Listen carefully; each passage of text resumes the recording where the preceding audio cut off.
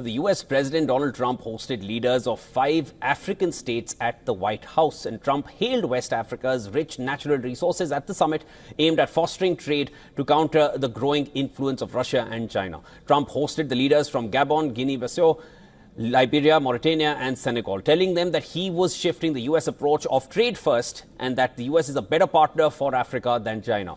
Well, Trump said his administration was committed to strengthening friendships in Africa, which he hoped to visit at some point.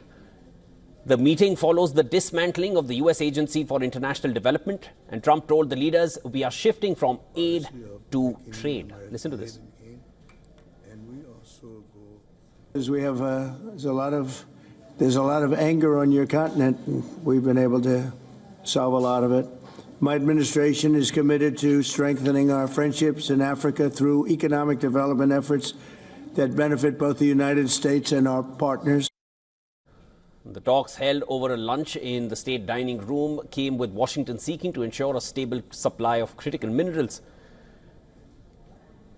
All 5 of the African countries invited enjoy rich natural resources, including manganese, which is a key mineral in the production of stainless steel and batteries, iron ore, gold, diamonds, lithium, cobalt.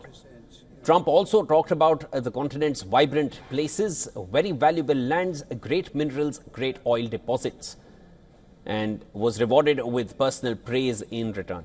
Now, each of the leaders offered their approval when asked by an African media outlet if Trump should win a Nobel Peace Prize. Senegal even offered to build a golf course where Trump could show off his skills.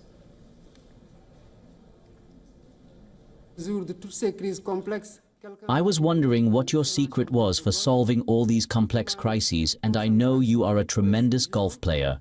Golf requires concentration and precision, qualities that make for a great leader. Senegal has exceptional opportunities to offer, including in the area of tourism. So perhaps an investment could be made in a golf course in Senegal. It would just be 6 hours by flight from New York, from Miami, from Europe, or from the Gulf countries, and that could be an opportunity for you to show off your skills. The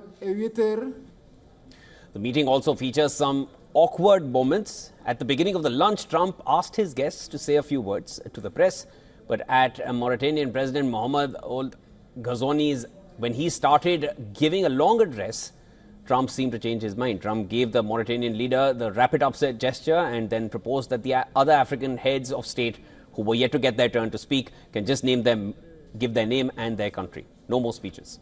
Now, that was not the only memorable exchange of the event. Trump then went on to compliment the president of Liberia for speaking fluent English and asked where he learned to speak so beautifully. English is the official language of Liberia.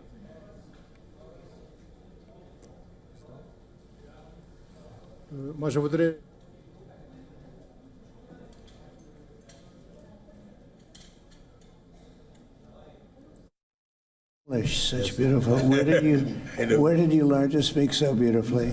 Where were you educated? Where? Yes, sir. In Liberia. Yes, sir. Well, that's very interesting. It's beautiful English. Sure. I have people at this table can't speak nearly as well. And for more on this, our correspondent Louisa Olani has sent us this report from Lagos, Nigeria. Take a look. President Donald Trump welcomed leaders from 5 African countries, Gabon, Guinea-Bissau, Liberia, Mauritania and Senegal to the White House this week, with discussions focused on increasing trade instead of giving aid. These countries want to avoid new 10% tariffs and pitch their resources like minerals and oil to the U.S. They also discussed migration, security and China's role in Africa. But some wondered why big countries like Nigeria and South Africa weren't invited. Analysts say this meeting could change how the U.S. works with Africa as fingers are crossed on what happens next. From Lagos, Nigeria, Louisa Olani, WION, World is One.